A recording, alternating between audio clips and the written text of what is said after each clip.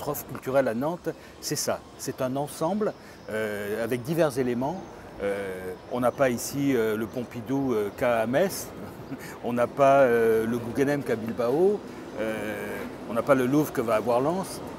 On a cet ensemble qui a été patiemment construit pendant 25 ans et qui est de très haut niveau. Bon.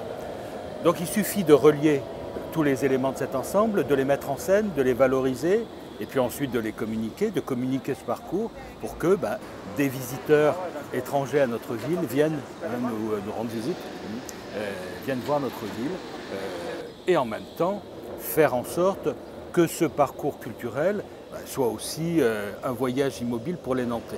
Et la véritable transformation, elle a été urbanistique. Mais je pense que introduire des artistes dans la transformation d'une ville, ça devrait être un réflexe aujourd'hui. Il y a eu, vous savez, il y a un proverbe qui dit quand le sage montre la lune, l'imbécile regarde le doigt. Donc il faut toujours essayer de regarder la lune, de voir la lune. Bon, et l'art est fait pour ça. L'installation de Leandro Erlich sur la place du Bouffay, je pense qu'il n'y a pas de meilleur exemple. On pourrait penser que cette façade, cette maison est vidée, cette façade suspendue, eh bien elle sera toujours là. Elle a toujours été là et elle sera toujours là.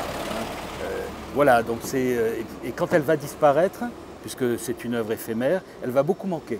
Elle va énormément manquer, j'en suis certain. Voilà, parce que c'est quand même aussi... les œuvres d'art dans l'espace public, c'est des cadeaux faits à tout le monde, quoi. C'est pareil, les stations gourmandes qui ont été réalisées par le service des espaces verts de la ville, qui ont joué le jeu à fond du voyage à Nantes, je trouve ça magnifique.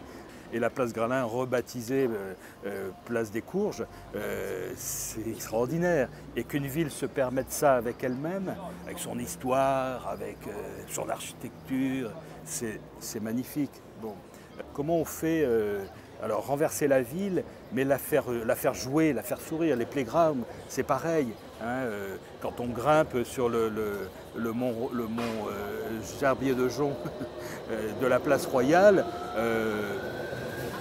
quand on est en haut de la rue Crébillon et qu'on voit des petits gosses tout petits sur la pyramide de la place Royale, mais c'est incroyable, quoi. Et on est bien parce que cette image nous réconcilie avec la vie, avec notre ville, et, évidemment. Et donc, voilà, ne pas avoir peur de livrer sa ville, la ville au créateur. Quand on dit la ville renversée par l'art, c'est pas seulement l'art, c'est la ville renversée par la créativité, par la création. Et quand ça se multiplie dans la ville, eh bien la ville devient vibrante, extraordinaire. Bonjour.